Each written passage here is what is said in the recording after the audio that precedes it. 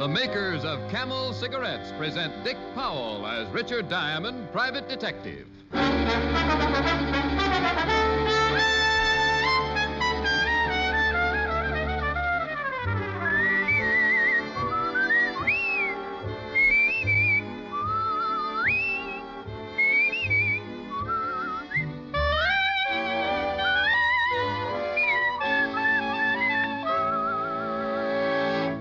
Why don't you smoke the cigarette so many doctors enjoy? In a nationwide survey a few years ago, 113,597 doctors were asked, "What cigarette do you smoke, doctor?"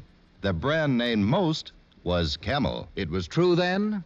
It is true now. Because repeated surveys have been made. And every time, the brand named most has been Camel.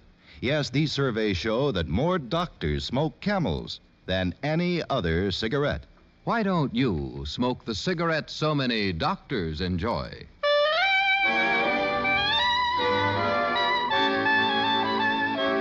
Now we bring you another transcribed adventure with Richard Diamond, private detective, starring Dick Powell.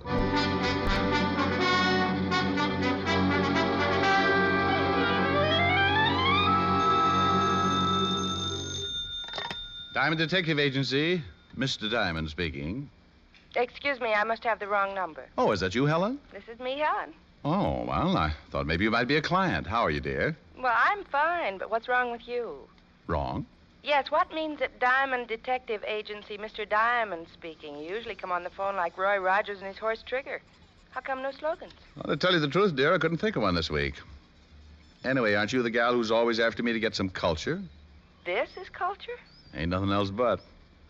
You just want a jaw if you got something important to talk about, This is Friday, you know. Happens every week. Yes, but this is the Friday when if you haven't got a client by noon, we're going for a drive, remember? By Jove, that's right. Well, by Jove, it is now 11:43 and 15 seconds, approximately. Sounds like someone gave you a new... What does that broken sentence mean? Client walk in? Shh, quiet. Don't talk so loud, dear. This one looks like he might scare easily. Good morning. Good morning. Are you Mr. Diamond? I am Mr. Diamond. Won't you come in? Said the spider to the fly. I'll hang up, Rick. Call me back if you have time. All right, dear. Bye. Bye. Well, come in, Mr. Walker. Thomas Walker. I do hope I didn't interrupt your conversation, Mr. Diamond. Oh, it wasn't important. Just my broker calling to tell me I've been wiped out. But enough of me, Mr. Walker. Let's talk about you. Would it be all right if I sat down? I'm a little nervous this morning. Well, you do seem a little worked up over something. Sure. Sit down, Mr. Walker. Sit down anywhere at all. Thank you. Are you engaged, Mr. Diamond? Well, not yet, but she's working at it. Just between the two of us, I think if I can hold off through the month of June... Oh, no, Mr. Diamond. I meant, are you working for anyone on a caper, I believe you call them? Oh. No. We honest and true private detectives just call them cases. As a matter of fact, you're in luck. I am at liberty to listen to your proposal. That is, if you wish to engage me. Good. It's taken me some time to work up enough courage to come to a private detective. I don't think I could do it again. I don't think you could either. All right, Mr. Walker, just what is it that's troubling you? Well, I hope, Mr. Diamond, that it's nothing more than my suspicious mind. Oh, don't misunderstand me. I'm not by nature a suspicious person, but I have stumbled across something that I think should be brought to the attention of the local authorities. Then why not bring it to the attention of the local authorities? Well, because I'm afraid they'll laugh at me. So you want me to go down and let them laugh at me, huh? No. At least not right away. Not until after you've confirmed my suspicions or proved them ridiculous. In either event, you will know then what to do. Well, before you lose me entirely, Mr. Walker, maybe you'd better tell me just what it is you want me to do. I think the best thing to do is... Yes, I think that would be the best. That way they wouldn't be... Remember me, Mr. Walker? Mr. Diamond, I want you to follow someone. Shadow him is the word I believe you use. Shadow? Yes.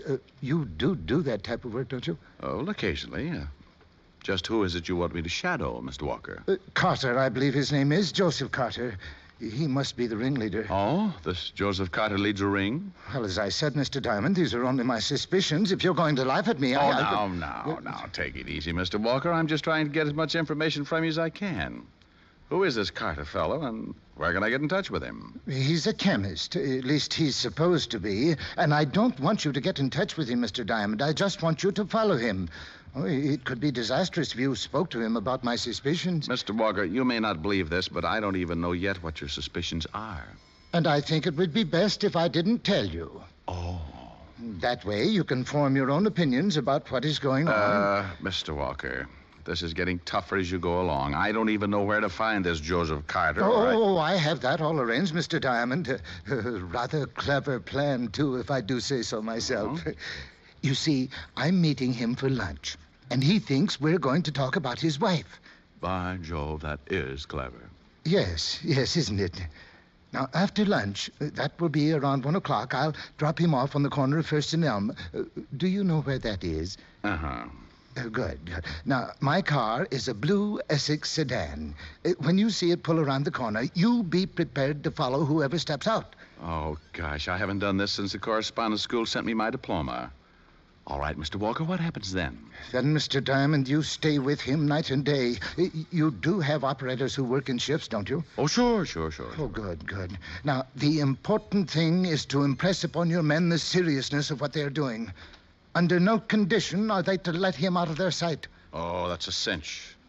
Couldn't you give us something a little harder, like following 4 people at the same time? Well, no. One of them might get suspicious, Mr. Diamond, and that wouldn't do. Oh. Now, about your money. Oh, yes, by all means. My fee is $100 a day in expenses, Mr. Walker. And believe me, you're going to have some... 100? Isn't that a little steep? It's too much, Mr. Walker? Well, no, I suppose not. I'll have to write you out a check. Will 300 be enough? That'll pay you up till Monday. Well, yes. By then, you will have cracked this thing. Or written me off as a suspicious old fool. Now, Mr. Walker, think how few private detectives there would be if no one listened to their clients' suspicions. There you are, Mr. Diamond. Yes. And here is my card. Both my business and home phone numbers are on it. Oh, fine. All right, thank you. Walker Plumbing Company? You, Mr. Walker, are a plumber? Yes. It is surprising, isn't it? I smiled at him as he went out and then called Helen and broke the sad news. She pouted a little, I cooed a little, then we both hung up feeling very good inside.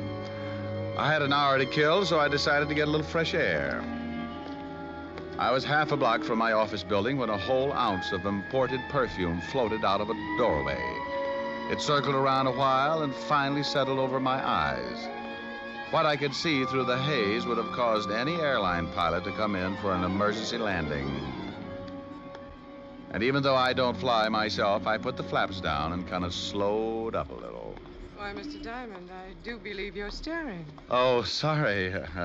Do I know you, please? No, Mr. Diamond, it isn't that good. And of course you know me. Oh, I do, huh? Oh, sure, I remember now. Monte Carlo, wasn't it? Only you were a blonde then, with the moonlight behind you, making a halo for your lovely head, and I'm just ad-libbing, so get me out of this. Who are you, lady? Sandra Browning. And it wasn't Monte Carlo. Come on, I'll buy you a drink and refresh your memory. All right. But I hope we can cover everything in an hour. There's quite a bit of you to cover, isn't there? Heaps. Much too much to run through in an hour. You're working on a case, then? The luck of Ricky Diamond. Yes, Miss Browning, I am in the midst of what my client calls a caper. Go on the payroll at 1 o'clock. I see. And, just who is your client, Ricky?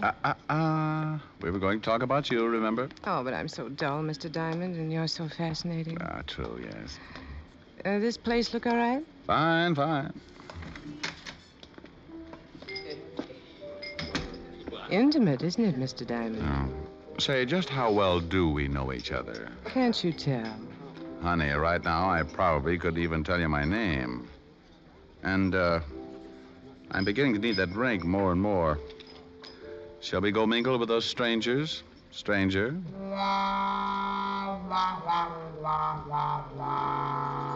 As we walked over to a table, I shook my head a few times to clear it and get out of the danger zone of the perfume. I knew I'd never seen Miss Browning before. No, not that I've led a sheltered life, but something like her only happens once, and it usually costs an awful lot of money. Money I've never had. So, naturally, the same applied to Miss Browning. So, with renewed vigor and a firm grip on my wallet, I sat down beside her. Cozy? Too cozy. I'm a sort of a wide-open spaces man myself, and a couple of martinis. George? George. Now, about you, Miss B. Where was it our paths first crossed? No, Mr. D, I've changed my mind. I'm going to make you guess. It'll be more fun that way. Oh, and it will also be a long winter.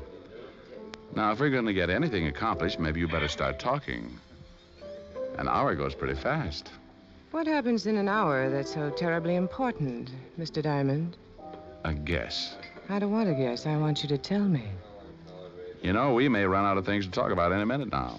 Not if you tell me what I want to know. Mm-mm. All right, I'll take a guess. Does this case have anything to do with, say, a bank? Well, you tell me. Does it have something to do with, say, a bank? You're fighting me, Mr. Diamond. Who's fighting who? All I'm trying to find out is whether... You're going to wish, Mr. Diamond, that you had talked to me. Well. Conversation seems to have picked up a little. But we might as well save your breath, Sandra. I ain't talking and you ain't talking. So, if you'll excuse me, I have to make a telephone call. All of which left me with still a half hour to kill.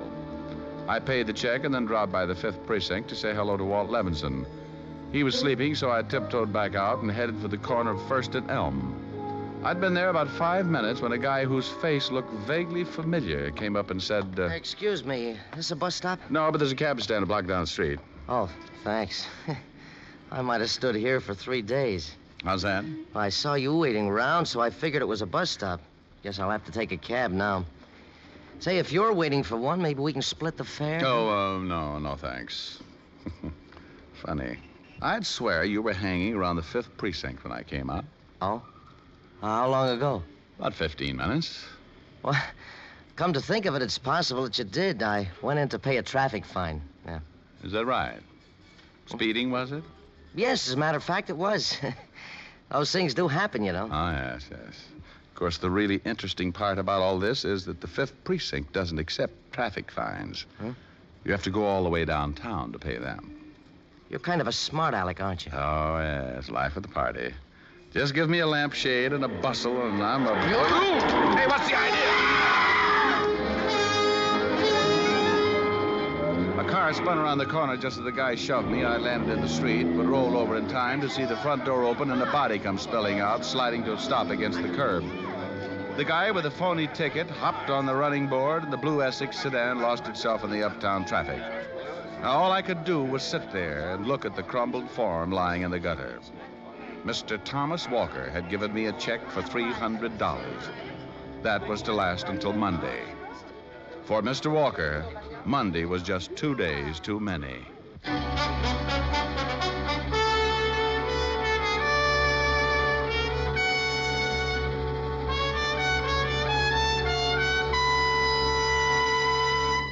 Before we continue with Richard Diamond, here are a few words about smoking enjoyment. After all the cigarette mildness tests, including the famous 30-day Camel test, Camel leads all other brands by billions. Here's how you can make your own 30-day Camel test. A sensible test of cigarette mildness based on steady smoking. Smoke Camels, and Camels only for the next 30 days. In other words, go steady with Camels for 30 days. Pack after pack, week after week. Here's what you'll find out from your own 30-day Camel test. You'll see how rich, how flavorful Camels are pack after pack. You'll discover how well Camels get along with your throat week after week. That does sound like a sensible way to judge a cigarette, doesn't it? So why not start your own 30-day Camel test tonight? It won't take you long to find out why Camel leads all other cigarettes in popularity by billions of cigarettes per year. How mild can a cigarette be? Make the Camel 30-day test and you'll see. Smoke Camels and see. And now, back to Richard Diamond, Private Detective, starring Dick Powell.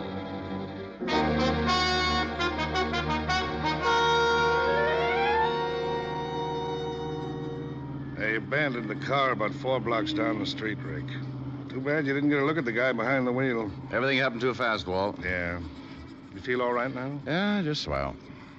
I guess the idea of all this is that somebody figured you and Walker knew too much. Yeah.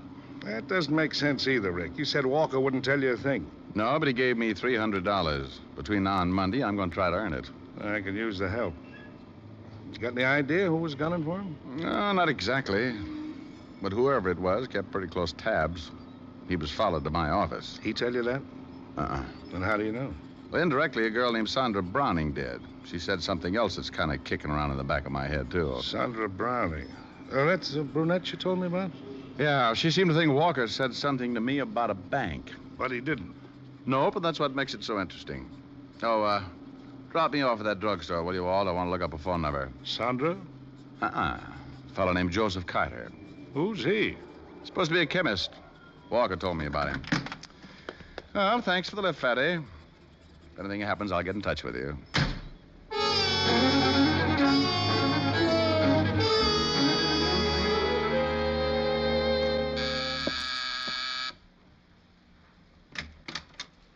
Mr. Carter? Oh, yes, that's right. Well, I'm a private detective. May I come in? I'd like to talk to you. You, mean about my wife, Mr. Diamond. Oh. Richard Diamond. What about your wife, Mr. Carter? Well, nothing. I merely supposed. I mean, after all, you said you were a private detective. Oh, yes, but I don't handle divorce cases, Mr. Carter. Oh, I see. Then what... I just want to ask you a couple of questions about a plumber named Walker. Thomas Walker. Do you know him? A plumber? Now, that's strange. Mr. Walker called me on the phone this morning and asked me to meet him for lunch. He said it was important to me that I be there. Were you? Well, yes, I was. That is, I was at the appointed place at the proper hour, but this Mr. Walker never did make an appearance. Oh, I see. You said, this Mr. Walker. Does that mean you didn't know him? Not to my knowledge. The voice didn't register, and the name wasn't familiar. This is very interesting, Mr. Diamond. Would you like some coffee? I'll ring for the house. No, thanks. If you didn't know Walker, Mr. Carter, why did you agree to have lunch with him? Well, for several reasons. As I told you, he said it was important to me, and since I was going to be downtown anyway... That isn't good enough, Mr. Carter. Well, I'm afraid I don't understand. Thomas Walker was killed less than an hour ago. You say you were supposed to have lunch with him. That puts you in a suspicious position. Yes, I see.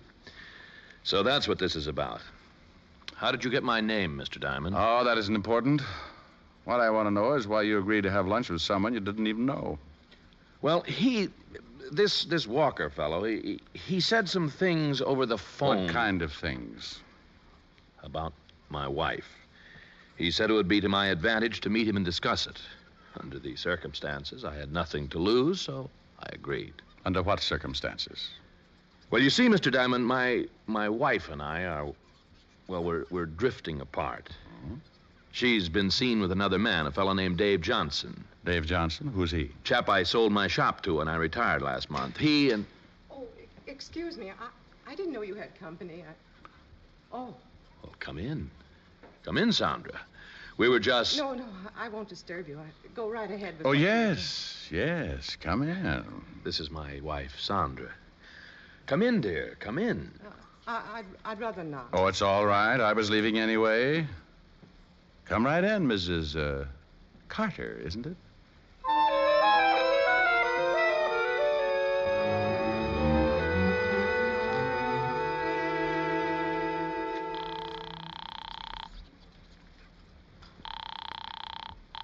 Lieutenant Levinson. Anything break, Fatty?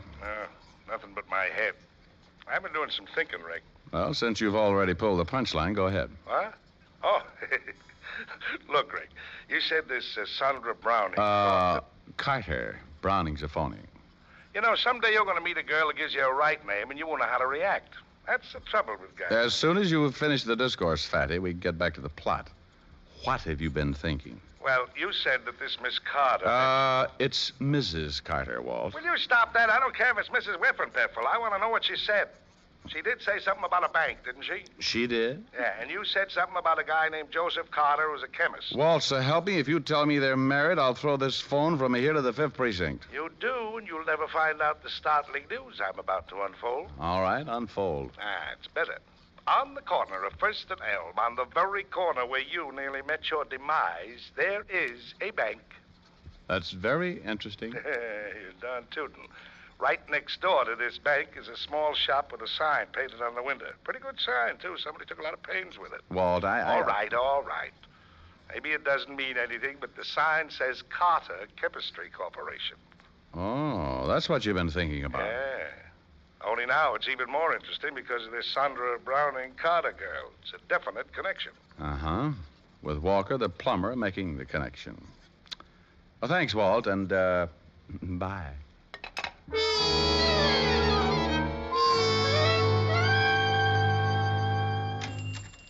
Oh, hello. Hello?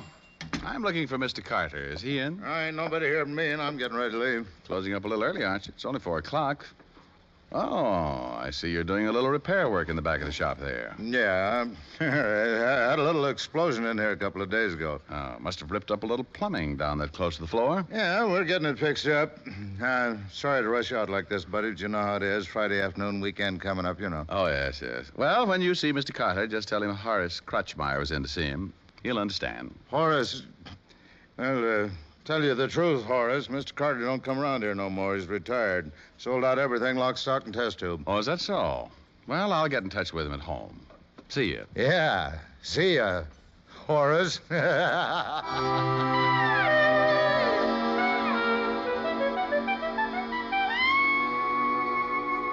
You know, this could turn out kind of silly, Rick. What if they don't show up? Oh, they'll show, Fatty. I checked the floor plan of both buildings. Got it figured they'll break through about here. How many of them do you think there'll be? Just 3. If they knocked off Walker because he got suspicious, they won't cut anybody else in. Is Carter in on this, Rick? It's his chemistry shop, isn't it? No, not anymore. He sold out to a guy named Dave Johnson. You'll meet him as soon as they blast the wall out here. And the one I'm anxious to meet is this Sandra Browning Carter. Sounds like quite a dish. Not my type, Walt. I like him a little more tender. What's the other guy's name, the one who shoved Walker out of the car? Don't know yet. I met him in the shop this afternoon. Well, you'll like him, too. He's got sort of an ingrown face. You know, you got to hand it to him, Rick. It's a pretty slick stunt they're pulling. Buying the shop next door to a bank, digging through the wall, and... Shh. There they are, Walt. Maybe we'd better get over here. Right.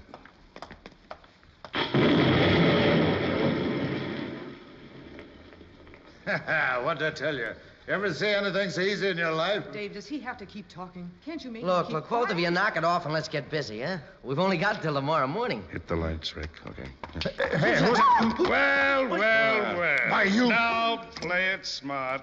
We don't want to carry anyone out of here. Oh, is this the bank you were talking about, Sandra? Still not talking, huh? She doesn't look like much to me, Rick. Now, Walt, don't be catty. Remember, she's been a very busy girl. Mm-hmm. Well, now that they're broken into this kind of work, I guess they won't mind it so much for the next few years. Hmm? Mm-hmm.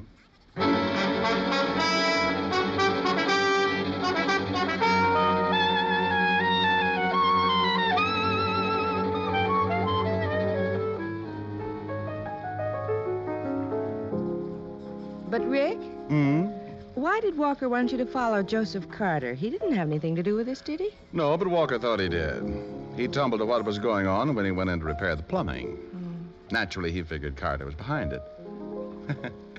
Ain't I getting smarter as the months go by? Uh-huh.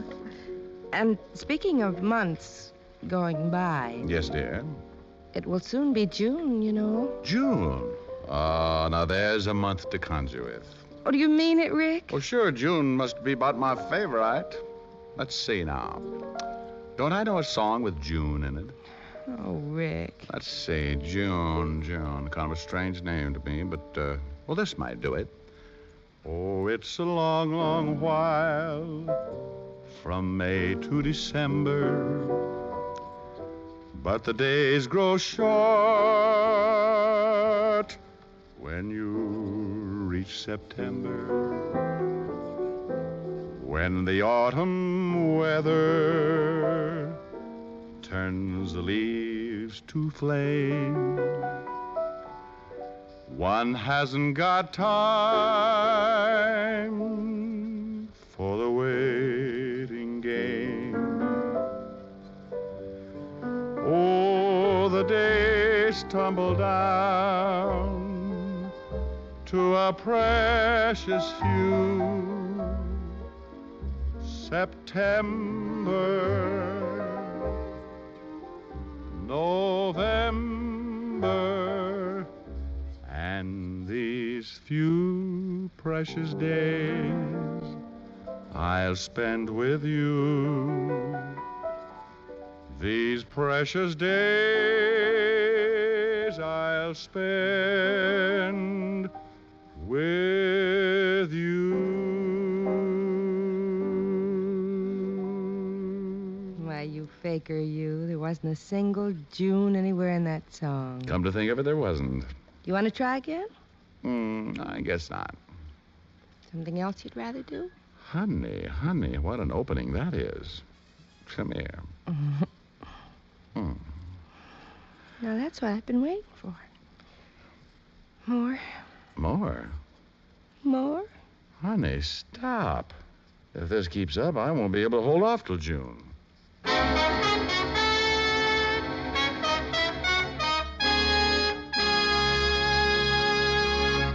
Dick Powell will return in just a moment.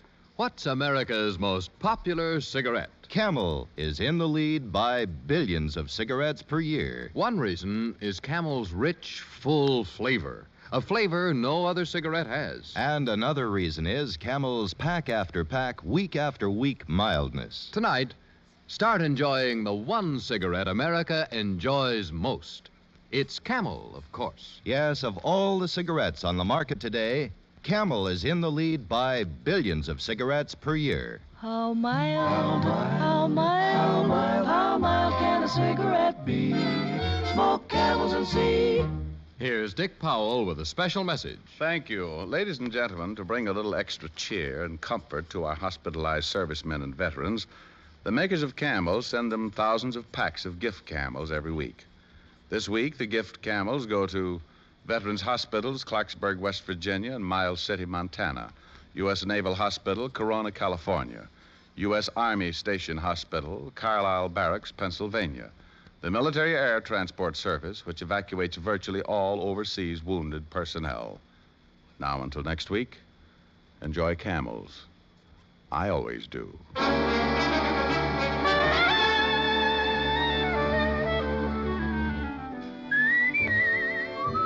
Tonight's adventure of Richard Diamond was written by Ty Cobb with music by Frank Worth. Virginia Gregg was heard as Helen Asher and Alan Reed as Lieutenant Walt Levinson. Others in the cast were Bob Griffin, Joyce Manners, Sidney Miller, and Jim Backus. Richard Diamond, Private Detective, is transcribed in Hollywood by Jaime Del Valle. Be sure to listen to another great Camel show, Vaughn Monroe and the Camel Caravan, every Saturday night. If you're ever asked who's the most obliging taxpayer, vote for yourself if you're a cigarette smoker, because you and 60 million others pay more than a 50% tax on the cigarettes you smoke. Yes, every time you buy a pack of cigarettes, you pay the federal government 8 cents, and most of you pay 3 or 4 cents more in state or city cigarette taxes on that pack. That means that better than half the price you pay for cigarettes goes for tax.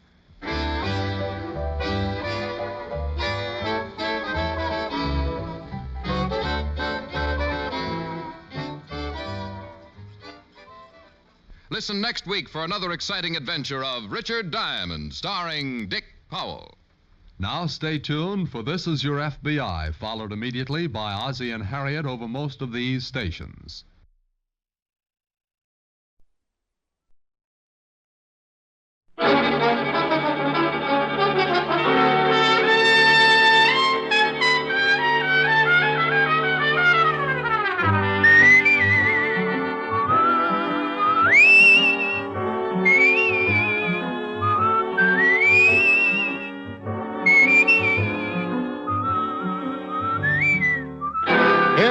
Powell as Richard Diamond, private detective.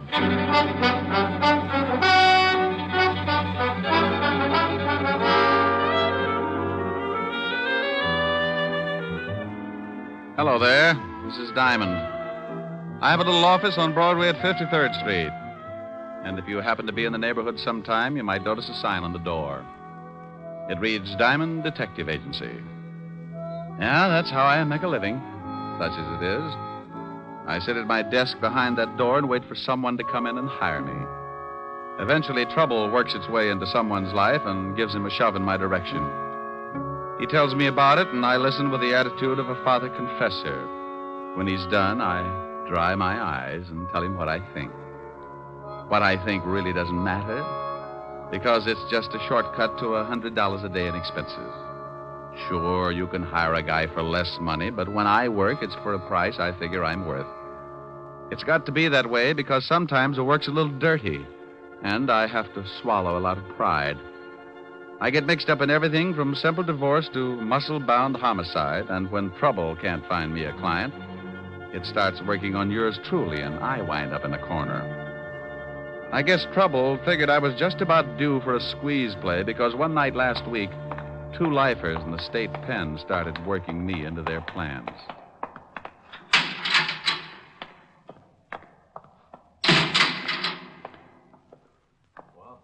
What about it, Walsh? Shut up.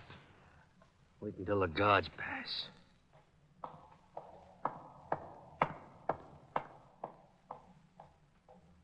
Okay. Drag out the cards like we was playing. Sure. Is it set for the night? Yeah. I got the car and everything. Yeah. We'll head for Florida and get across to Cuba. Oh, well, I'd be glad to get out of this 3 lousy years. Yeah, I got 8 behind me. I used every minute figuring how I'm going to take care of a guy. Oh, Walsh, you're not going to start that again? Forget it. Be glad you're getting out. You knock off that guy and you'll never make it to Cuba. Now, look, I figured this whole thing out. I paid out a lot of dough just to make it come off. And when it does, I'm going to kill an ex-cop. And you're going to help me. Me? Yeah. Unless you want to rot here. Oh, you're out of your mind. If this break comes off, it'll be the neatest trick in years, and you want to louse it up by knocking off some guy on the outside? You can stay here and rot if you want to. The only way I take you along is you help me to get a guy named Diamond. Yeah, but you waste a lot of time in New York. They'll have the roads covered by then.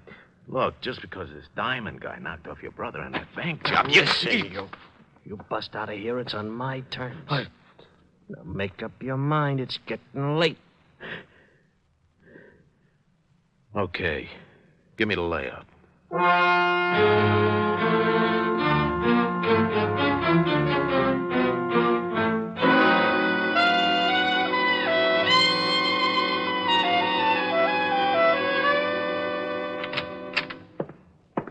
Yeah, what is it, Otis? We just got a call, Lieutenant. 2 prisoners busted out of Sing Sing, killed 2 guards. Who are they? Big time. Bob Wells and Charles Walsh. Charles Walsh? Yeah, lifer. I know. Diamond helped send him up before I took over this department. Otis, get Diamond on the phone. Diamond? Yeah, Diamond. Who'd you think I meant? Little Red Riding Hood? Yeah, Lieutenant. Oh, Diamond, Otis. Bring me my bicarbonate, Otis. Someday I'm going to get good and sore. What did you say? Nothing.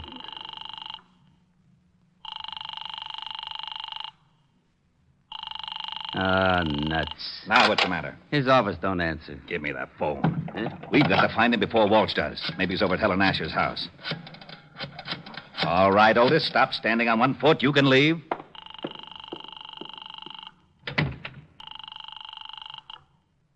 Miss Asher's residence? Hello, Francis. This is Lieutenant Levinson. Is Diamond there? Why, no, sir, but Miss Asher expects him. Wait a moment, sir. Here's Miss Asher. It's Lieutenant Levinson for Mr. Diamond, Miss Helen. Oh, thank you, Francis. Hello, Walt. How are you, Helen? I was looking for Rick. Oh, I was just talking to him. He should be here in about 20 minutes. Why? Will you have him call me right away? Something wrong? No. Just tell him an old friend of his is in town, and I have to talk to him about it. Oh, all right, Walt. I'll tell him. Thanks, Helen. It'll be at least 20 minutes. He's walking over from his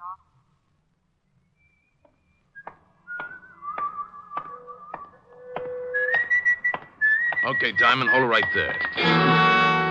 Start walking over to that sedan. Don't you know it's not polite to point?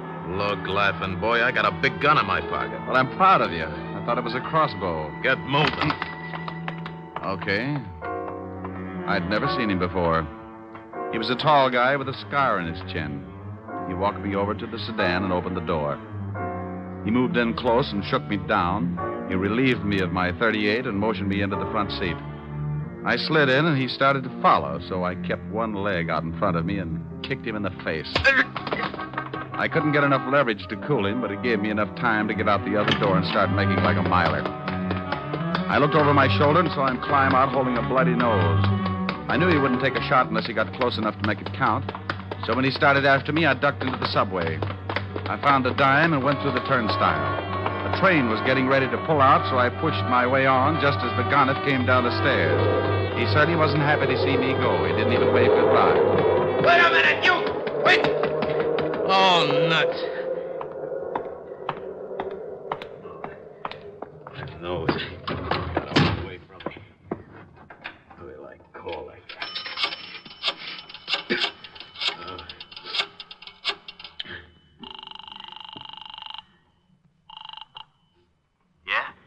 Yeah, you and your swell ideas. What's the matter?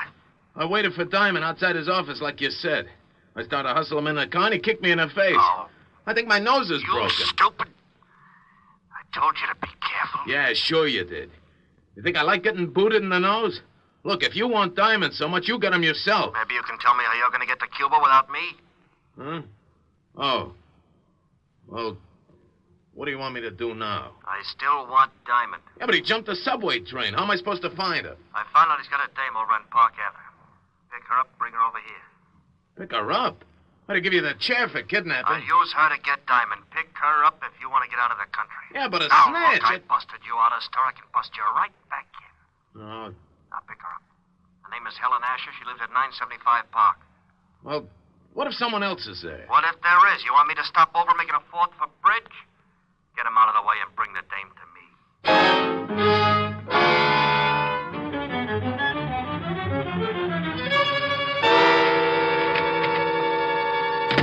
Hello, Otis. Well, Diamond. Lieutenant's been looking all over the city for you. I bet you've been a nervous wreck.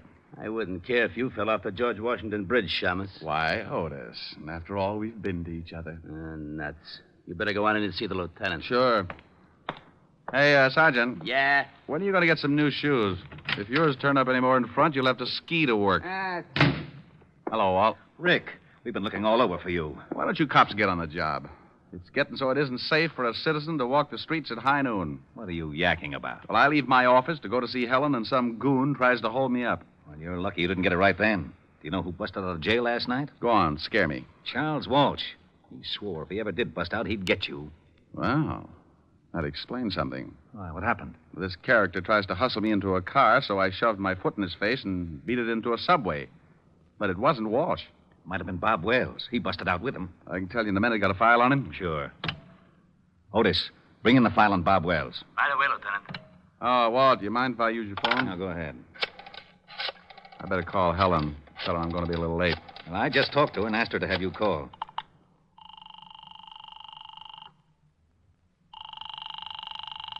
Where is everybody? Yes? Francis? Oh, Mr. Diamond, please hurry over here. Something's happened to Miss Asher. What are you talking about? Miss Asher's been kidnapped. What? Yes, sir. A man came in and made Miss Asher go down to his car at the point of a gun. He also hit me over the head. Was he a tall man with a scar on his chin? Yes, sir. That's right. We'll be right over. Walt, I think the guy that tried to push me around has kidnapped Helen. Oh, no. They pulled a gun on her and slugged Francis. We better get over there. Now, if Charles Walsh is loose and he's trying to get me, then snatching Helen is a sure way to get me to come around. Hey, where's that file on Bob Wells? Wait a minute. Otis, Yeah, Lieutenant. haven't you got that file on Wells yet? Yes, sir. Just bringing it in. Well, step on it. Otis is bringing it in. Yeah, Lieutenant. Let me see it. Hey, now, wait a minute. Oh, shut up, Otis. This is the guy, all right. He's the one who tried to pick me up. May I take one of these pictures, Walt? Sure, but what are you going to do? I'll see if I can find him. You go on over and talk to Francis. See if this is the same guy who took Helen. I'm going to go down to Skid Row and talk to a wise old owl who knows about things like this. I got out of the 5th Precinct in a hurry and grabbed a cab for Skid Row. I knew an old deadbeat down there who had a line on every crook in the underworld. and there was just a chance he could tell me where Bob Wells was hiding out. His name was Wilbur Truitt, and he hung out in a shabby dive called the Parrot.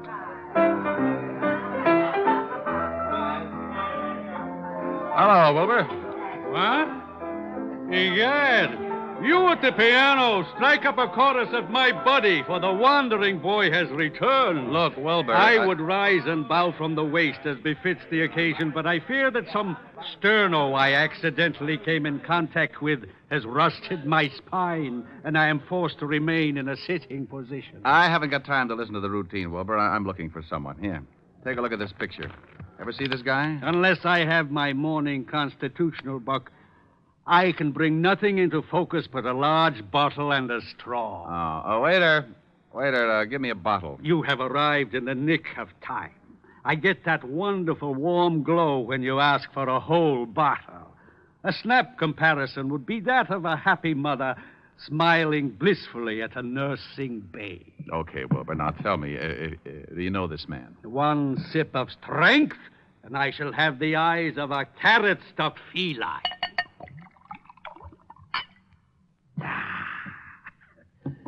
Now, yes, I can see the gentleman clearly. In fact, my vision has so greatly improved it begins to take on the functions of an X-ray. For instance, I can readily perceive that the man in question is addicted to false stimulants, and his low brow and squinty eyes tell me that he is indeed a person of some doubtful character. You're looking in the mirror. Yeah? No, here's this picture. Oh, yeah. Mr. Bobby Wells. The description is flexible. Know where I can find him? Up until yesterday, he was residing at an institution upstate. Sing Sing, I believe. It is very possible that he is hiding out in one of his old haunts on 23rd Street, but I couldn't say for sure. Oh, why not? This bottle you purchased entitles you to one of my best guesses. To be absolutely accurate, I would need further inducement. It's the risk, Bucko. Bring me another jug, bartender. Ah, bless you. Try looking in a rooming house at 533 West 23rd Street. Now, if you don't mind, I shall forget the necessity for long conversations and begin to concentrate on the work ahead of me. Goodbye, Bucko, and stop in again. Say tomorrow morning if you wake up feeling charitable. I left Wilbur trying to figure the best way to parlay the two bottles and headed for the address he'd given me. It was a typical apartment house of the district, a 4-story building with a high premium insurance policy. I asked the landlady if a Bob Wells lived there, and she told me a man answering his description had taken a room there that morning. She told me he'd gone out a few minutes before, and she'd let me into his room. I told her to keep a lookout and warn me if he showed. Then I started looking. I tore the place apart, but I didn't come up with a thing. I spotted the phone and started to call Walt, and that's when I saw it. A pad lying by the base of the phone with a heavy imprint left from the writing on the top sheet. I pulled an old trick. I took a pencil and rubbed the lead lightly over the imprint, and up came one telephone number. I dialed it and waited. Weinberg's Delicatessen. Oh, is Bob Wells there? Oh? Bob Wells. Never heard of him. Thanks. Well, it's like that. 1 minute you think you got a lead hot enough to melt your change purse, and the next you find yourself looking like a tree surgeon in Death Valley. But in my business, it takes a conventional 3 to strike you out. So I found the address of the delicatessen, and 15 minutes later, I was standing between a smoked herring and a 3-foot salami talking with Mr. Weinberg. What can I do for you, sir? Oh, I talked with you, say 20 minutes ago about a Mr. Bob Wells. Bob Wells? Oh, yes. Never heard of him. Take a look at this picture. Maybe you know the face and not the name. It's familiar. Yes, I think I've seen him somewhere. Think hard now. This is important. Are you a policeman? Detective. Oh. How about it? Oh, yeah. So long as you're a cop, sure, I remember him. He came to my store last night. I remember because I had already closed and he kept pounding on the door. Finally, I let him in. He was very rude. He bought a lot of groceries, but very rude. Have you seen him again? Sure, he came in this morning about lox and bagels. Still rude. Where's your phone? In the back. There's This Mr. Wells done something? He left Sing Sing without saying goodbye to the warden. Now, look, I'm going in the back and use your phone. If Wells happens to come in while I'm back there, stall him and come back and tip me off. I'll do my best. But he better not be rude.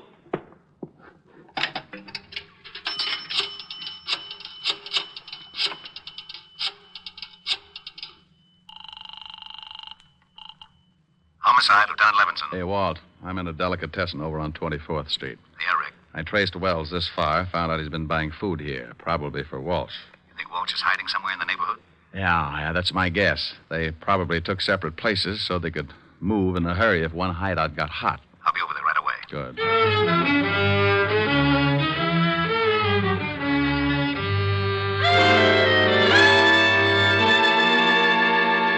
Make yourself comfortable, honey, but no yelling, or I'll have to stuff up that pretty mouth.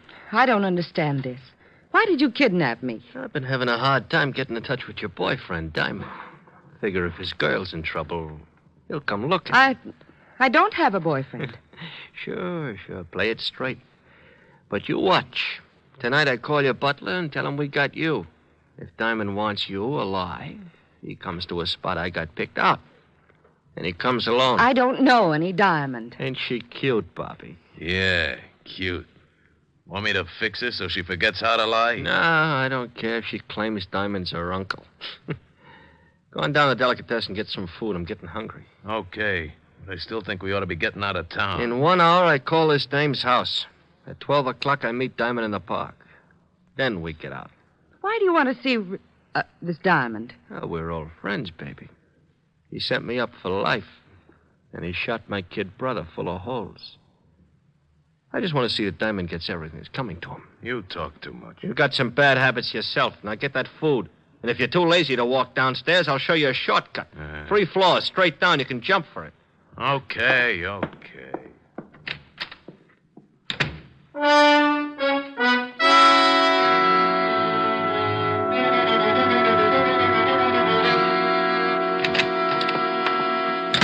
Good evening, gentlemen. What can Weinberg do for you? Hey, Lieutenant, that chopped liver sure looks good. Keep your fat hooks off of that, Otis. Walt. Oh, yeah, Rick? Back here. All right. The storekeeper is watching out for Wells. If he shows, he'll come back here and tip us. I parked the squad car 2 blocks over. I didn't want Wells or Walsh to think something was up. Where's Otis? Otis! I'll be right with you, Lieutenant. I'm just buying something to nibble on. His nibble would grind up a whole cow. If Wells comes in and spots a cop, he'll take off like a jackrabbit. Hold it, Walt. What's the matter? That guy coming across the street. Looks like Wells. Oh. Otis, get away from that door. Huh? I can't hear you, Lieutenant. Our man's coming in the store. Get away from the door. He is? You want me to hide? No, you idiot. Just play it smart like you didn't know him. But get away from the door so he'll come in. Oh, okay, Lieutenant. Leave it to me. Walt, duck. Good evening. What can Weinberg do for you? I'll have a couple of sandwiches. Hey, try the salami. It's great. Huh? Oh, yeah, thanks. Yeah, make it salami. Coleslaw. Pickle beer. Nice night. Listen to that idiot. Yeah, sure. Mustard. He's doing fine, Walt. Relax. You live around here? Huh? No, just seeing a sick friend. Yeah. Maybe that salami ain't such a good idea if your friend's sick. You know, I had an uncle with ulcers. He couldn't touch the stuff. It's too much garlic. Ketchup? No. My friend's got a cold. Oh. Well, then I don't guess it'll hurt him, but... You know, the best thing for a cold is a good mustard plaster. And now you take the plaster... Here's your sandwiches, sir. 60 cents. 60? Here you are. Thanks. Hope your friend gets better. Yeah. Yeah, come on. How did I do, Lieutenant? Well, one thing is sure. He thought you were too stupid to recognize him. Can you still see him, Rick? Yeah, he crossed the street and he's starting to walk west. I'll tell him. He knows you. Good. When you spot the place, call me here. Think I should throw a net around the neighborhood? Not till we spot the hideout. Right. Hey, Diamond, they got your girl. How you going to get her out? They'd probably use her for a shield. That's a good point, Sergeant. Believe me, I've been thinking about it.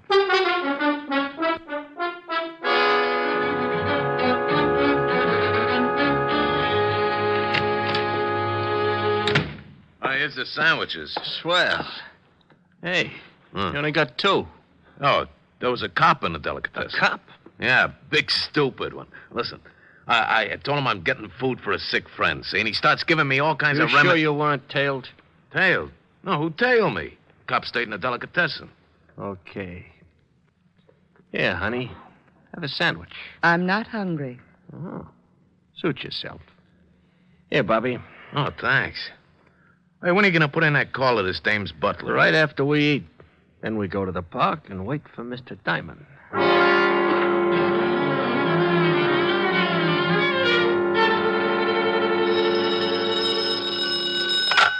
Yeah? I'm in a drugstore across from the building that Wells went in. It's about a block away. Nifty drug. Block west on your side of the street. I'll wait inside. We'll be right down.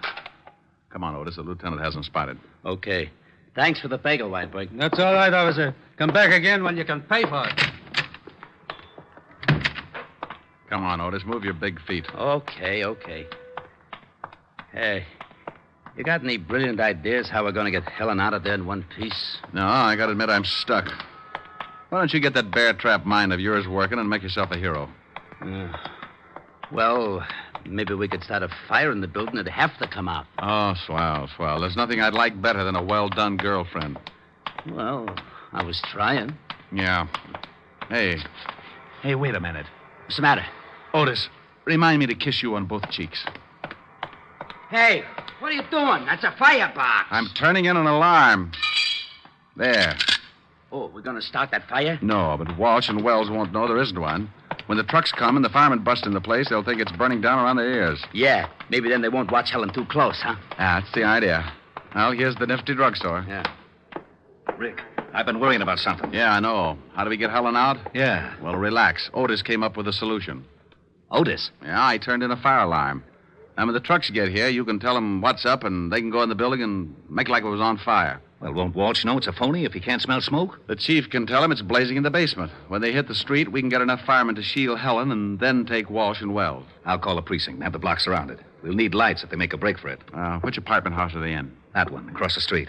After I call the boys, we better go over and find out which room they're in. Quietly clear the rooms on both sides in case the shooting starts before we expect it.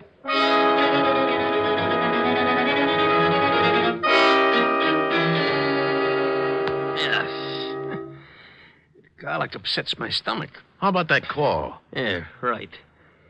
What's your phone number, baby? It's in the book. Oh, she gonna be trouble, Bobby? He wants your number. Now, come on, we ain't got all night. All right. Evergreen 54308. Oh, that's better. Gotta be more careful, Bobby. Your lip's bleeding. Yeah. Hey, Walsh, what's that? Sirens. Maybe that's the cops. If somebody tailed you, I told you I wasn't tailed. Wait, I'll go see. It's fire trucks. They're coming down the block. I don't smell no smoke. Hey, they're pulling up in front of this building. The joint must be on fire. Let's get out of here. Maybe it's the building next to us. No, they're bringing the hoses right in front of the door of this joint. I'm getting out. Sit still. Maybe it ain't a big one. We can't go busting out in the street. Well, maybe it ain't a big one, but if it is, I don't want to end up like a pound of spare ribs. Shut her up. Why, you... All right, now, come on. Hey, what's that? Yeah, what is it? Fire department, we're vacating the building. What are we going to do with the dame? Shove her in that closet. Just a minute. We'll be right with you. Hurry up. There's a fire in the basement. It's nearing a gas main. The whole place may go up any second. Did you hear that? Yeah, step on it. Okay. Hey, better step on it. Down these stairs. We can find our way. Hey, there's a couple of prowl cars. Yeah. Separate. We'll meet at the other place. Okay, Walsh, that's fire now. It's the chemist. Get him, Walsh. Don't reach for it, Walsh. I owe you something, Diamond. You all right, Rick? Yeah, Walt. He's a worse shot than his brother. Where's Wells? He made a break for it, but he won't get through. All right, Wells. You can't get through. Drop your gun. You won't take me, copper! Well, that's that. What about Walsh? He's pretty dead. Come on, I want to find out what happened to Helen.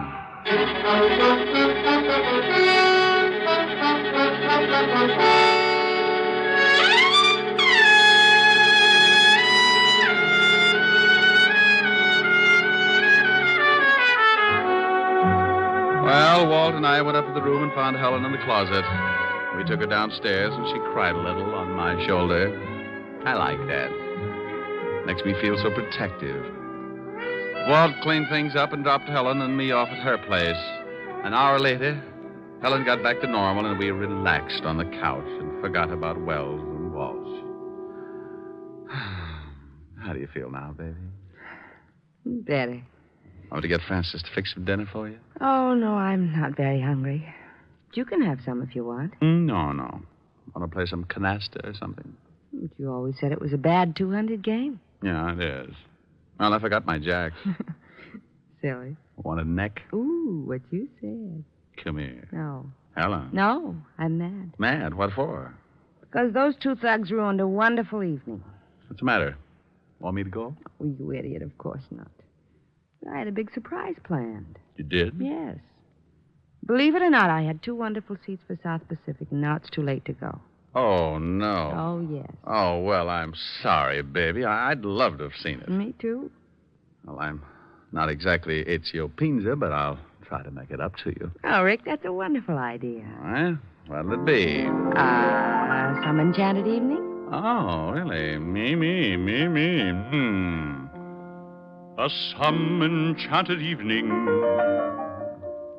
You may see a stranger. You may see a stranger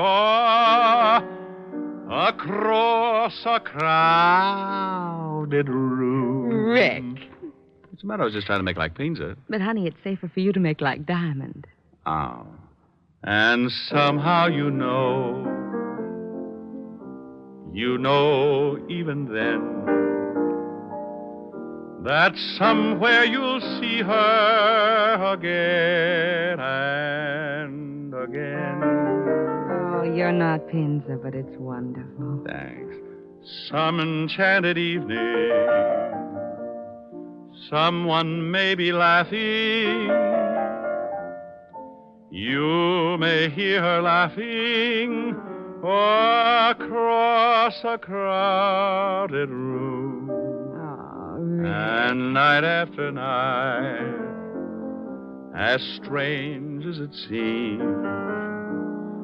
the sound of her laughter will sing in your dreams. Rick. Who can explain it? Who can tell you why? Ricky. Fools give you answers wise men never try. Oh, Rick. Oh, honey, what's the matter? I was just falling in love with myself. Come here. You never let me finish. Do you mind? Oh, no. And I'm sure Mr. Pinza doesn't either.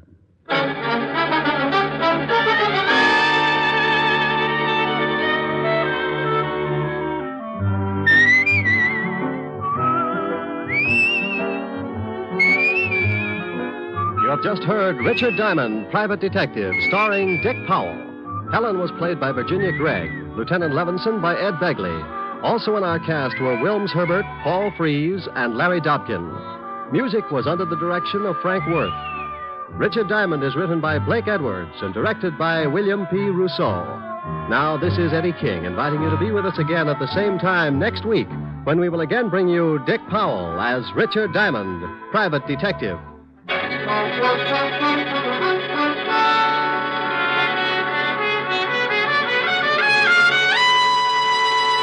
This program has come to you from Hollywood. This is NBC, the national broadcasting company.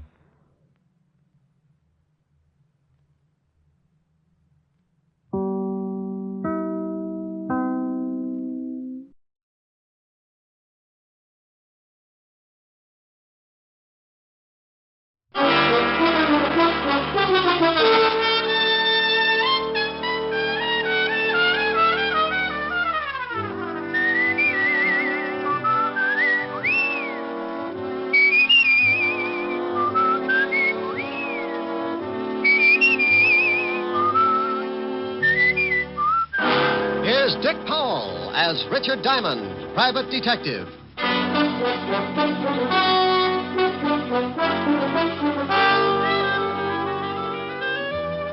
Hello there, this is Diamond. I've got a little office near 53rd Street on Broadway, 8th floor.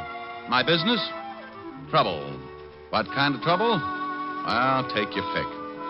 If you come up with something unusual, a new kind of trouble, drop around and see me. Because I'm known along the big street as a shamus, a gumshoe, or to the guy on Park Avenue as a private detective. If you happen to be stuck with your problem, for $100 a day in expenses, I'll chase it around until I can catch up and break its back. I average about 20 fast rounds a week with old man trouble, and so far the decision's been on my side. But don't misunderstand me. It's my business to beat him, but I respect him. Trouble goes to work with every trick in the book. So I play it the same way, and believe me, when I put him away for the count, I don't clap my little hands in glee. I know he's just taking a rest, and he'll be back again with some new stunts. Want to know how he works? Well, the other day, I was on the way to my office. I stopped at the corner newsstand, 53rd and Broadway, to buy a paper and to say hello to an old friend. Hi, Mr. Diamond. Well, hello, Jeff. How's the newspaper business? Oh, swell. How's the detective racket? Oh, swell. Hey, you don't sound too happy. Jeff, I couldn't be happier if my hair was on fire. Take my advice, son. When you grow up, be sure and get a job that pays off every week in that little white envelope. Don't ever become a private detective. It's like a penny getting lost in a gum machine. Well, I'm going to stick to the newspaper business. Good for you. Say, I was just about to go across the street to Mary Lou's and get some ice cream. How about it? Can I buy you a cone? Now, that is a beautiful idea. Let's go. Aren't you coming to work a little late, Mr. Diamond? Well, you see, Jeff, I was up kind of late. Research, you know. Yeah, I know. I see him going into your office all the time. That blonde last week stopped traffic all the way to 42nd Street. Yeah, she was lovely. Got tired of social standards and shot her husband right through his morning cup of coffee. Was that the one in the headlines? That's the one. Hello, Jeff. Hi, Mary Lou. Take a seat, Mr. Diamond. Well, what'll you and your friend have? Well, I'm going to have a double strawberry. How about it, Mr. Diamond? Sounds great. 2 double strawberries. This is Mr. Diamond, Mary Lou. His office is in that building across the street. Oh, how do you do? How are you, Mary? Well, all right, I guess. Business could get better, and I wouldn't mind at all. Here are your cones. This is on me, Mr. Diamond. Oh, no, now put it away. Oh, now, come on. I asked you over, and that makes it my treat. Here's a 5, Mary Lou. Mr. Diamond's money isn't any good today. Tell you what I'll do, Jeff. Give me a 5 a minute. Sure, here. Now, if you can tell me whose picture's on this bill, you can buy the cones. That a deal? That's a deal. Lincoln. Well, what's the matter? That's right, isn't it? Oh, yeah. What's wrong? Where did you get this bill, Jeff? Well, I just made change for it a few minutes. Hey, what's the matter with that dough? You two act like you'd never seen a $5 bill before. Well, this Finn's counterfeit. What? That's right. Good job, too. You sure? Yep. One of the best engraving jobs I've ever run across. Paper's not too good. Oh, that's swell. That's real great. I get gypped out of a whole $5. Who gave it to you? I remember the guy, all right. He came by just before you did. Made change for him, the heel. Yeah, $5 is a lot of papers. I'll say it is. Well, maybe you're wrong. You could be. Not Mr. Diamond. He's a private detective. Used to be a cop. Look, Jeff, mind if I take this bill along with me? Nah. What good's it gonna do me? Oh, it's not so bad. Here, I'll give you a good 5 for it. No, sir. You only learn by mistakes. I made a big one, so I'm out 5.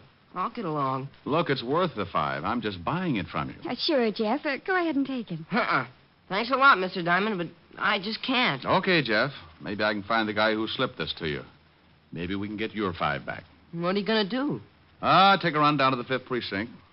See how much of this stuff is floating around New York. Now, I want you to do something for me, Jeff. Sure, anything. I want you to keep an eye out for the guy who gave you this phone. I'm way ahead of you. Well, now, that's what I'm afraid of. I want you to promise me, if you do spot him, not to do anything until you get in touch with me. Promise? Yeah, okay. Well, I'll be at the station. Ask for Lieutenant Levinson's office. Right. Here's for the ice cream, Mary Lou. Good ice cream, too. Oh, thanks. I make it here, right in back. Take a quart home some night. I always do, but it generally has a cork in it. I left Mary Lou's ice cream parlor and headed for the 5th Precinct Police Station. I don't usually start something like that, but when a kid gets fleeced out of a whole day's pay, I get a little hot under the collar. I walked into the squad room and spotted Sergeant Otis putting shine on his big shoes. Oh, it's you, Diamond. Now, what good is that going to do you, Otis? You can lose a whole can of polish in the cracks. What do you mean? My shoes ain't cracked so bad. Well, maybe not, but I've seen bacon that look better. If you want to see the lieutenant, go on in. Thank you, Sergeant. Until we meet again. Why don't you stop trying to be so funny? Sergeant, I'll do it if you'll do something for me. What? Cut off your head. That face could start a Harry Carey epidemic. Hello, Walt. Now, what the devil's the about? What do you mean? That bilious explosion you just popped up with. Sound like you just swallowed a whole pineapple. Why? What do you mean, why? Who's dead? Huh? The body you said you found. The body I said... No, Walt. You're not built for it. Who? No, Walt. It's my routine. It won't work for you. Oh, I don't know what you're talking about. Well, sure you do. You wanted to know who's dead. Well, I'm not going to tell you. Huh? Don't try to be cute with me. You know what it's all about. I'm not going to be the fall guy. You just hunt for the body. Wait a minute. I don't know anything about a body. You wanted to know who's dead, didn't you? Sure, but that was just a gag. Okay, have your fun, but I'm not going to tell you. Tell me what? Who's dead? You mean somebody really is? What are you talking about? Well, I'm talking about what you just said. Now, who's dead? That's a stupid question. Why is it? Well, if you don't know who's dead, what the devil are you doing in charge of homicide? Go on over to the robbery detail. Now, you wait a minute. You said... Yes, Walt? Oh, get out of here. I did not. I never said, oh, get out of here. When I came in, I said, hello, Walt, and you said, uh-huh. Then I said, what do you mean, uh-huh? And you wanted to know where the body was. I did not. I said, who's dead? Why? Oh, no, please. I'm an old man. Oh, Walt, get away from that window and take a look at this. Oh, please. Do I have to? It'll probably explode. Now, be a good boy and open your little eyes. Oh, all right, but I just know I'll be sorry. Here. You don't owe me any money. Well, if I did, I'd make sure to pay you off in this stuff. Why, what's wrong with... Where'd you get this? Some guy slipped it to Jeff, the newsboy. He got change for it. Oh, that certainly is a nice stunt. Well, maybe the guy didn't know he was passing counterfeit. I doubt it. You don't give a newsboy $5 for a paper. Okay, tell me about it. Well, the stuff's been flooding the city. We can't get a lead. Picked up a couple of passes, but they won't crack. How do they work? Look, Rick, this isn't my department. The Treasury boys are working on it right now. Why don't you go over and talk to them? Well, if you want to be snooty about it. Now, you wait a minute, Diamond. Yeah? Lieutenant Levinson, homicide. Is Mr. Diamond there? Now, wait a minute. Rick, it's for you.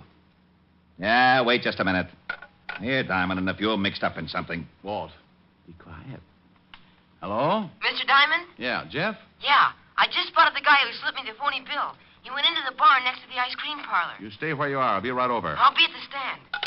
Rick. Yeah? Please. Walt. Yeah? Bye.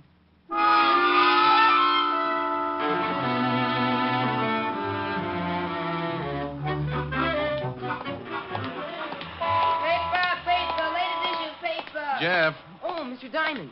He hasn't come out yet. He's still in the bar. Come on. Where are we going? Leave your papers for a second. I want you to point him out. Okay.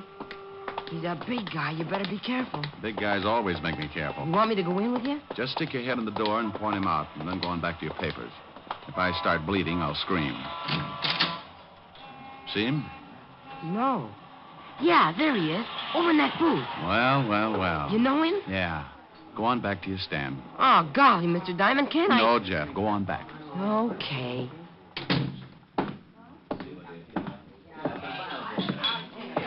Hello, Walker. Huh? Oh. What do you want, Shamus? Well, I'll have a talk. Mind if I sit down? Does it make any difference? Not much. Then sit. You passed a phony 5-spot this morning. I did? Well, shame on me. How many more you got on you? I don't know what you're talking about. You want me to turn you upside down and shake it out of you? Diamond. Yeah? Bo. Walker. Yeah? Oh, hey, you. Let go. Oh, you busted my arm. You want it back? Yeah. Now, let's see your pockets. Okay. Get on your feet. I want to see what you're doing. All right. Okay, dump them. Hey, what's going on here? Just relax, bartender. I'm taking care of some business. Well, ain't going to be any rough stuff in my joint, so you better relax, Sonny. Yeah, make this guy take his big paws off of me. He's trying to shake me down. Oh, yeah? You want me to call the cops, Sonny? Maybe that's not a bad idea. How about it, Walker? You want him to call the law? I don't care who he calls. Just get out of my way, Diamond. You're not going anywhere. Now, I told you to lay off, Sonny, and I meant it. Now, let him go, you hear me? Look out, he's making a break. Just let him be. Get out of my way, Pop. You're too old to lose another set of teeth. I ain't turning you loose until that guy makes the street. Sorry, Pop. You better take a chair.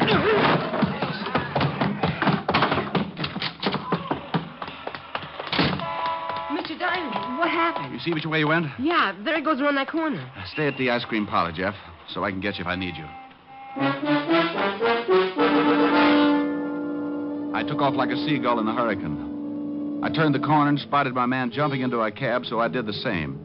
He led me across town to a little dive on 13th Street and got out of his cab. My boy parked up the block, and we watched while Walker looked around for a tail. When he was satisfied he'd given me the shake, he went in. I paid off my cabbie and followed. It was another bar, and Walker wasn't anywhere in the room. I sat down, ordered a beer, and waited. After about 10 minutes, I saw a couple of guys wander out of a door in the back. A couple of minutes later, a couple of more wandered out. So I wandered in. It was small-time gambling setup. The kind you can throw in the back of your car if the cops come. I started getting that lousy feeling again. You don't just walk into a place like that unless someone wants you to. And if they do, it's usually because they got it fixed so you stay around. Maybe permanently. What are you tailing me for, Diamond? Why? Make you uncomfortable? Yeah. That's cozy setup. Good way to get rid of bad money. Pay the winner off with counterfeit. I think we'd better go back to my office. Oh, I don't know. I might have a little fun here. I'll bet if one of those guys at the table knew he was going to be paid off in counterfeit, he'd just about tear this place apart. And you, too. Diamond, don't be stupid. Oh, something new's been added. Yeah, and it makes so much noise when it goes off. Let's go back to my office, huh? For some reason, I just can't think of a good argument not to. This way.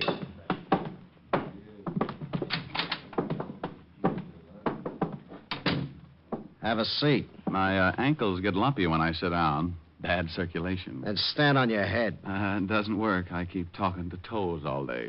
How'd you get onto this setup? Oh, luck. You passed a bad bill to a newspaper boy. He spotted you for me. You know what happens to you? No. As a matter of fact, I was thinking what's going to happen to you. What do you mean? Treasury boys, homicide, 5th precinct. And tomorrow we're taking a full-page ad in the Times. You should do a big business. You're lying. Okay. I think I'll sit down while you wrestle with it. You mean the team know about this place and me? The only way they'll get to know you any better is when they give you a room number at Sing Sing. Oh, you mind if I put my feet up? Oh, go ahead. He kept asking questions, not waiting for answers. He was good and worried. And as long as I could keep him that way, the longer I was going to keep on breathing. I don't believe one rotten thing you said, Diamond. Okay. He kept trying to convince himself that I was lying. He wanted to shoot me in the worst way. He moved around behind his desk and sat down. Bless his little heart. I had both feet on the front of his desk, so I shoved out as hard as I could. I pinned him against the wall with the desk and jumped up to get better leverage. I shoved so hard the front of the desk nearly cut him in two. He was stuck and he couldn't use his arms. I can't breathe. You want to tell me about it? I don't know a thing. Okay. You'll look pretty silly from the waist down. Come on, Walker. If I mash you anymore, they'll be able to use you for wallpaper. Yeah. Okay. Now, leave the gun in your pocket. When I pull the desk back, put your hands on top of it. You try a stunt and you end up in halves. Okay. What do you want to know? Who's the big wheel behind the counterfeit ring? You give me a chance if I tell you? No deals. I can't blame me for trying. All right, you tried. Now, you want back in the vice? No. I'll tell you. Walker! He died with his head rolled back and his eyes staring up like he wanted to starve for trying. Whoever shot him had been out in the alley and had nailed him through the window. I looked out, but the killer had disappeared, so I put in a call to homicide, and finally Walt and his boys arrived. Diamond, don't you ever get tired of corpses? Well, of course not. I just do my bit and then try to make you happy. Hey, you want me to call the wagon and get the coroner down here, Lieutenant? No, Otis. I thought we might all sit around and wait for the dead man to say something. Oh, I was only asking, Lieutenant. Well, start using that mallet head of yours, you mallet head, and make a report. Okay. Now, Diamond, I want to know how you got mixed up in this thing. Well, the dead man was the one who slipped the paper boy the $45. I tailed him, and he was just about to tell me who was behind the ring when he got a hole in his head. Oh, he was going to tell you, was he? Just like that. What did you do? Set his clothes on fire? No. We were playing truth and consequences, and he fibbed, so I... Now, you stop that. This guy was the only link we had on the counterfeit ring. And you have to fix it so he dies. Rick, there's enough phony money floating around New York right now to start another Black Friday. This is the best setup we've run into since Dad Foster operated in 1937. Dad Foster? Yeah, Dad Foster. You remember hearing about him? Yeah, is he still doing time? No, he served his sentence and he's gone straight ever since. How do you know? Where is he? He runs a little saloon on 53rd Street. 53rd? Thanks, Bob. Oh, now, you wait a minute. Who the devil are you calling? A quiz program. I want to win an electric chair. Oh. Mary Lou's Ice Cream Parlor. Is Jeff the newsboy there? Why, yes. It's for you, Jeff. Thanks. Hello? Jeff, this is Mr. Diamond. I want you to do me a favor. Sure, anything for you. Okay, now, you know the saloon next to the ice cream parlor? Yeah? You know the bartender? Yeah, old guy. Buys the paper from me every night. All right. Now, stay in the parlor and keep an eye on the front of the saloon. If the bartender comes out, find out where he goes. But for Pete's sake, be careful. Sure, Mr. Diamond. I'll do what you say. Is something up? Well, could be. Now, if anything happens before I get there, call Lieutenant Levinson. I'll tell you all about it when I see you.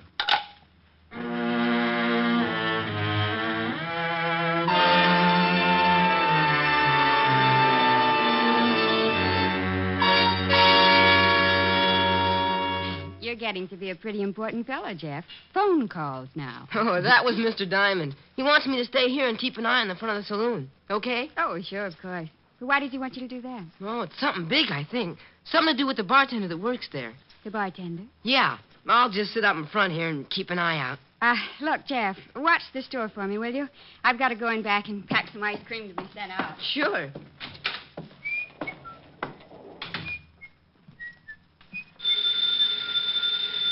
Mary Lou! Mary Lou! Guess I'd better get it myself. Mary Lou's Ice Cream Parlor. Can I talk with Mary Lou? And she went in back. I'll get her for you. Just a minute. Thank you. I tell you, it's getting too risky. That Diamond's a private detective. Yeah, he came in the bar and started to rough up Walker. Well, that stupid Walker should have been more careful about passing out that money. What if Diamond catches him and makes him talk? He caught up. But he didn't make Walker talk. What do you mean? I took care of Walker. I got a good shot at him from the alley. Well, maybe it's better like that. But look, if we don't... Hello? Yes? Mary Lou isn't here. Get off the line. What? What? Yeah, get off.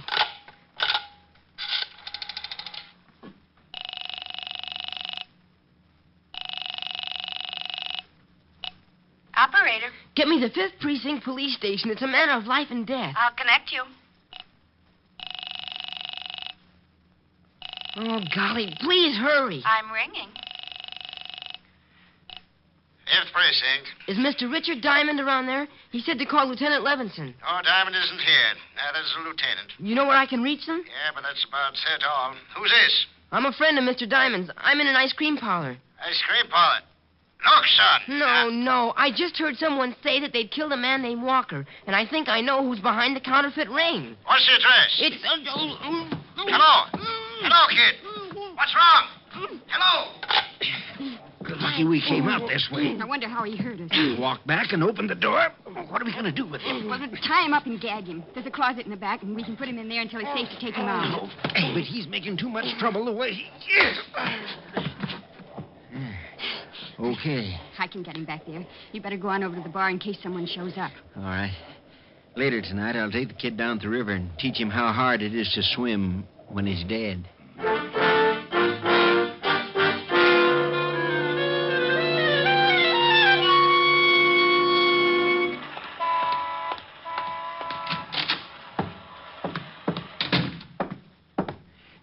Now, you listen here, young fella. If you're back here for trouble... Dad, I'm back for a lot of trouble, and I think you're going to help me out. You'd better leave, Sonny, or I'll call the law. Why don't you? What do you want? I want to know how long you've been back in the counterfeit racket. Now, look, Sonny, I've been going straight for a long time. You know something, Dad? I don't think so. Let's get down to the station and talk about it. You got a warrant, chemist? I got a nasty disposition. You want me to show you? No. You want a gun, Dad? Why, what difference does it make? I want to look at it. A guy named Walker got dead from a gun. Now, let's see it. Sonny. What is it? I can't show it to you. Yeah, why not? Because I got it under the bar, pointed right at your belly. If I drag it out, it might scare the customers. Oh, it's like that, huh? It sure is. You see that door there in the back? I know. That's a good boy. You just keep walking along your side of the bar and don't try anything. I just had my floor scrubbed. It'd be a shame to spill you all over it. Okay. Open the door. Go on out. the alley. You shoot Walker? I might have. Oh, where you got your printing presses? You're just full of questions, aren't you, Sonny? Okay. Stop here. Behind the ice cream parlor, huh? Well. Mary! Make mine hot fudge with the nuts. Mary! For just a minute. Say, what's the idea? I thought you... Oh. Good afternoon. I'm selling a new brand of Indian nuts, great for banana splits. What's the shamus doing here? He's too smart. I gotta cut off his education. Are you crazy? This guy's got friends. That kid was calling the 5th Precinct, remember? Kid? Yeah, your little news hound. What did you do with him? He's all right until tonight. We got him locked up. Dad, I think I'll make you eat that 38. I don't think so. No difference if I kill you right here. Oh, hold it, Dad. We can't have a gun going off back here. Even if we could hide the shamus, they'd find the presses. Oh, so that's it. Those ice cream machines, the cover-up. Ain't he smart? What do? Ship the stuff out in ice cream cartons? What's with you? You want a tour of inspection? Come on, now, take it easy. You won't be smart for long. Well, how are you going to do it? We're going to take a walk, aren't we, Shamus? Oh, I have the most horrible instep. I'll never make it without skates or something. You'll make it. Come on, the car's around front. Hi. Hey, what's happening to the street? Oh, Dad. Yeah, it's only some drunk come out of the bar the wrong way. Funny, I didn't see him in Oh, this is very confusing. If this is 53rd Street, somebody's stolen some buildings. Oh, hi. Hello. No, take it easy, Shamus. I'm putting the gun in my pocket, but it's still right in line with your belt. I'm going back inside. No. Play it straight. Just like we were talking. Wow, you're pretty unsociable, to say the least. What's the matter? Can't you even say hello? I'm lost. Sure. You're in an alley. The entrance is right out there. Oh, yeah? Oh, would you mind showing me? I seem to be a little confused. Now, look, it's right up there. Just keep going. Hey, where'd you go? Oh, no. Oh, there you are, Lieutenant. Lieutenant. The cop. Look out, Walt. Get the girl, Walt. Come on, Dad. Give me that gun. Out, let go of me. Let me go, you lousy copper. You got him, Rick? He won't play. There. Now he will. Just take it easy, lady. Hey, what's going on? Otis, Yeah? go out and start walking around the block. Huh? You hear me? Go on. Okay, but I don't get it. What do you want me to walk around the block for? I want you to get used to it, because that's what you're going to be doing for the rest of your time on the force. In Flatbush. Flatbush? Yes. No.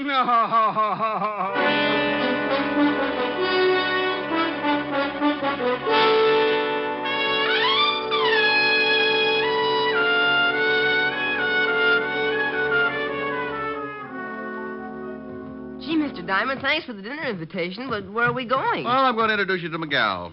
She's a redhead, Jeff, so no cracks about my office research. Oh, sure. But don't you think you should have called her first? How do you know she's got enough dinner? Jeff, this girl's got more steaks in her deep freezer than a bullfight arena sees in a year. Here we are. Yes? Oh, good evening, Mr. Diamond. Good evening, Francis. This is Jeff, Francis. He's going to have dinner with us. Hi. Oh, hi. Come right in. Miss Asher's in the study, Mr. Diamond. Thank you, Francis. Mr. Diamond. Yes? You know the various items that you've left with me for safekeeping? Look, Francis, I promise I'll get them out of hock as soon as I get a paying client. Oh, no, it's not that, sir. I didn't really want to hold them as security in the first place. But as long as you insisted in such a fine collection, I'd like to show them to, well, to my girls, sir. Why, sure, Francis. I didn't know you had a girl. Oh, yes, sir. She's the upstairs maid in the apartment below us. Oh. I'm afraid I told her a wee fib to get acquainted, as it were. She thinks I'm an undercover agent, and I'm afraid I'm going to have to prove it. Well, my gun and the badge should do the trick. And if it doesn't work, just get under a cover. Oh, by George, that was a real... Yes, sir. Good evening, sir. Come on, Jeff. We're not appreciated. Rick. Oh, hello. Hello. Helen, this is Jeff, the boy who's helping me send Dad Foster and Company back to prison. Jeff, this is Helen Asher. Yes, sir. Well, thank you, Jeff. They had him locked up in the closet for a couple of hours, and he looked kind of hungry when he got him out. How about it, honey? You think you can grind up another cow? Oh, well, there's plenty for Jeff and me, but you've got to make up for 3 things. 3 things? Yes. First of all, you haven't called me in 2 days. Second, you're half hour late for dinner. And third, well, I'll tell you later. I'll leave the room if you want me to. No, Jeff. You stay right here. You're going to literally see a man sing for his supper. Helen. All right. Come on, Jeff. We'll go dig into those nice, fat, juicy steaks. Oh, boy. Steaks? Wait a minute. My taste buds just started whipping each other. My vibrato may sound like a machine gun, but I'll do it. Oh, I thought you were kidding. Is he really going to sing, Miss Asher? No, I'm not going to sing Miss Asher. I'm going to do a little song I used to sing with hip boots and a gondola. You're breaking my heart 'cause you're leaving. You've fallen for somebody new. It isn't too easy believing you'd leave after all we've been through. It's breaking my heart to remember the dreams we depended upon. You're leaving a slow dying ember. I'll miss you, my love, when you're gone. I wish you joy, though teardrops burn. But if someday you should want to return, please hurry back, and we'll make a new start. Till then, you're breaking my heart. Mr. Diamond, did you really sing in a gondola with hip boots on? Yeah, that's right, Jeff. Well, I know you don't need the hip boots anymore. Will you loan them to me? What for? I want to wait out of here. Well, get him. For that, you get 2 desserts.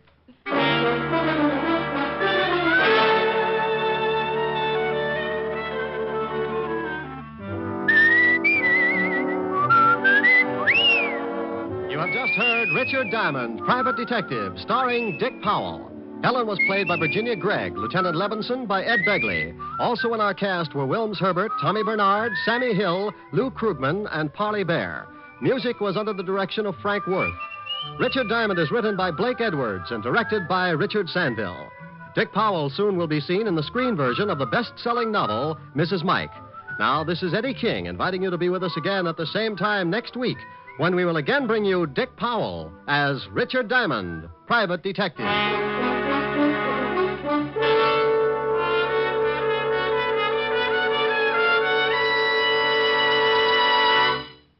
Saturday night brings you some of the week's best radio entertainment when you tune for the stars on NBC. Stay tuned to NBC every Saturday evening for a great lineup of programs, including Hollywood Star Theater, Ralph Edwards' Truth or Consequences, Your Hit Parade, A Day in the Life of Dennis Day, The Judy Canova Show, and Grand Ole Opry. All the best on NBC. Stay tuned now for Victor Mature and Hollywood Star Theater on NBC.